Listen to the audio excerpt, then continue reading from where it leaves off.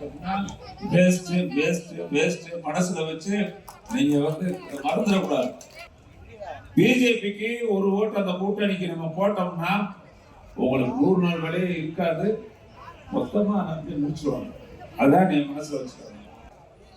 ஆக இப்ப என்ன விளம்பரம் போடுறாங்க, உங்களை ஏமாற்றுவதற்காக ஒரு பித்தலாட்டம் நடக்குது. 150 நாள் வேலை கொடுக்க போறாங்க. என்னைக்கு உங்களுக்கு 150 நாள் வேலை கொடுத்தாங்க? நீங்க உங்களுக்கு கூட தெரியும். என்னைக்காவது நான் கேட்கிறேன், நான் அமைச்சராக பொறுப்பேற்று அதிகபட்சா ஒரு 60 நாள் தான் கொடுத்துருவோம். 100 நாள் வேலையே கொடுக்க முடியாம தவிக்கிறான். நீ 150 நாள் கொடுக்க போறாங்க. நான் இப்ப சொல்றேன், 1.5 நாள் கூட வேலை ஓட்டு போட்டோம்னா வேஸ்ட் வேஸ்ட் வேஸ்ட் மனசுல வச்சு நீங்க மறந்துடக்கூடாது. எந்த காரணத்துக்குள்ள அந்த கூட்டணியை நீங்க நினைத்து கூட பார்க்க கூடாது.